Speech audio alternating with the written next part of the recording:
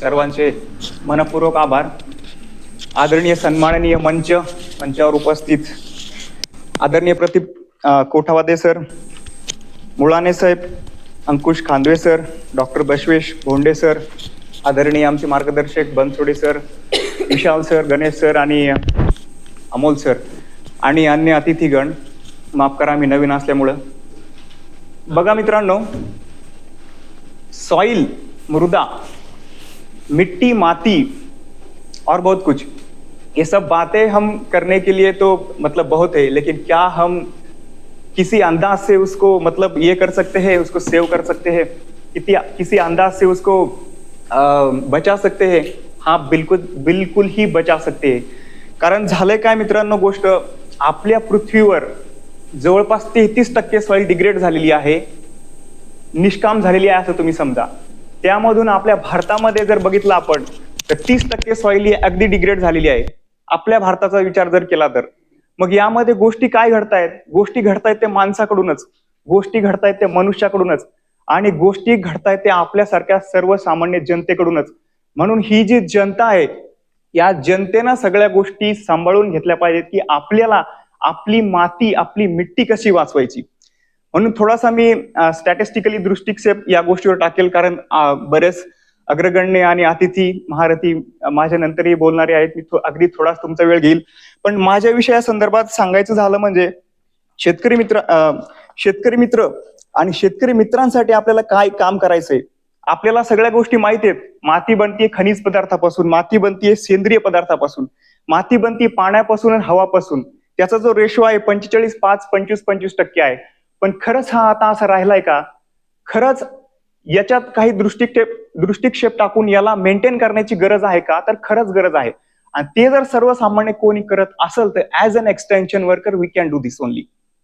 कारण शेतकऱ्यांना त्याच्यामध्ये कोणते मायक्रोब्स आहेत हे माहित नाही, पण शेतकऱ्यांना कोणते त्यामध्ये मायक्रोबची अवेलेबिलिटी आपण वाढवू शकतो, आपण त्यांना निश्चित सांगू शकतो.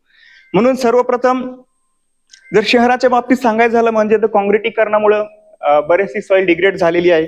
त्यामध्ये दरवर्षी सर प्रामुख्याने सांगायचं झालं म्हणजे 10 लाख हेक्टर जमीन जी आहे ते सील होते आहे दर अॅन्युअली. मग आपण विचार करू शकतो इन्फिल्ट्रेशन अगदी सर्वच बाबतीचा की जमिनीवर काय परिणाम पडत असेल. त्यामधली असलेली जैवविविधता, त्यामध्ये होत चाललेले वाढत चाललेले प्रदूषण, त्यानंतर कार्बन साठवणुकीचा जो दर आहे तो ढासळत चाललेला आहे. आपण स्पष्टपणे त्याला सांगू शकतो. मग जागतिक परिणाम, ग्लोबलायझेशन आणि बऱ्याचशा गोष्टी त्याला कारणीभूत आहेत, मान्य करतो. परंतु सगळ्यात महत्वाची गोष्ट जर सांगायची झाली म्हणजे माझ्या विषया रिलेटेड शेतीचं जे प्रामुख्यानं जे काही डिग्रेडेशन होत चाललंय ते होत चाललंय रसायनाचा वापरामुळं. त्यामध्ये आपण अॅन्युअली 62,000 टन प्रतिवर्ष एवढं आपल्या जमिनीमध्ये, आपण हा 24चा अंदाज आहे सर, 25 मध्ये may be it will be increase. तर एवढं रसायन जर आपण टाकतोय तर हे रसायन टाकल्यामुळे त्याच्यात काय जिवंत राहील मित्रांनो? काहीच जिवंत राहणार नाही. म्हणून आणि दरवर्षी जवळपास 4 दशलक्ष टनाहून अधिक कीटकनाशकं वापरली जातात त्यामध्येच. म्हणजे सगळं जर ओव्हरऑल विचार केला आपण तर हा स्टॅटिस्टिकल डेटा आहे. यामुळे जर आपण विचार करू शकतो की जमिनीची जी खालवत चाललेली पातळी आहे ती कितपत लेवलला गेलेली आहे. असे जे बरेचसे घटक आहेत ज्यामधून आपण त्याला मेंटेन करू शकतो, त्याच्यावर मी थोडंसं फोकस करणारच आहे. पण रिसेंटली मृदा आरोग्य पत्रिका म्हणजे किंवा याचं एक ऍप्लिकेशन 2015 मध्ये सुरू झालं आणि त्यामध्ये एक छोटासा डेटा असं सांगतो की त्यांनी 1.14 lakhs crores soil sample test केले सर.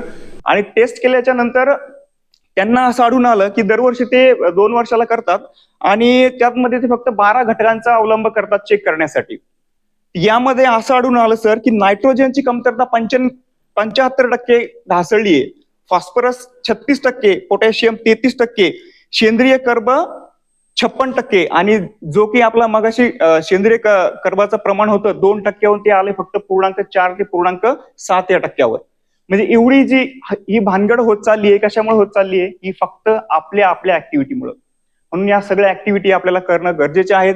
याला कुठेतरी प्राधान्य देणं गरजेचं आहे आणि याला कुठेतरी प्रेरित करणं गरजेचं आहे. म्हणून आपण एक काम करू शकतो की सेंद्रिय पदार्थांचा वापर करणं हे आपण शेतकऱ्यांना सांगू शकतो, कारण आपला मूळ आधार जो असेल तो फक्त शेतकरी आहे. त्यानंतर संतुलित खताचा वापर, त्यानंतर जैविक खते आणि सूक्ष्मजीवांचा वापर, त्यानंतर कीटकनाशकांचा वापर करा आपण मर्यादित, त्याचप्रमाणे फर्टिलायझर असो यांचा वापर करा परंतु संतुलित, त्यानंतर पिकांची फेरपालट, शेतीच्या शहरी मातीचे संवर्धन आणि जनजागृती करणं हे आपल्या हातात आहे. म्हणून अशा बऱ्याचशा गोष्टी आहेत ज्याच्यावर आपण फोकस करू शकतो आणि ज्या आपण सर्वसामान्य प्रकारे सर्वांच्या वतीनं समोर नेऊ शकतो. म्हणून आपल्याला एवढंच आज ध्यास धरायचं आहे, या गोष्टी सगळ्यांचा अवलंब करणं आपल्याला फक्त शेतकऱ्याला सांगायचंय आणि या गोष्टीचा कुठं कुठंतरी एक फायदा म्हणून आपण करतो, शेतकऱ्यांना निश्चितच मदत करतो. सॉइल टेस्टिंगसाठी असतो, वॉटर टेस्टिंगसाठी असो किंवा अन्य अशा सांगून आपण शेतकऱ्यांना बरचसं मदत करू शकतो. ते आपल्या ऑर्गनायझेशनच्या माध्यमातून चाललेलं आहे. त्यामध्ये सोनकुळ ॲग्रो असो, मृगधरा असो, ॲग्रिसर्च असो आणि आपल्या सरांचं अनंत वर्षा फाउंडेशन असो, बऱ्याचशा गोष्टी आम्ही शेतकऱ्यांपर्यंत सर प्रोव्हाइड करायचा प्रयत्न करतो आणि शक्यतोवर मी अशी आशा करतो की आम्ही सगळेजण सर तुम्ही सांगितल्याप्रमाणे या बऱ्याचशा गोष्टीचा अवलंब आम्ही शेतकऱ्यांपर्यंत पोहोचवण्याचा प्रयत्न करू. बोलून थांबतो. धन्यवाद.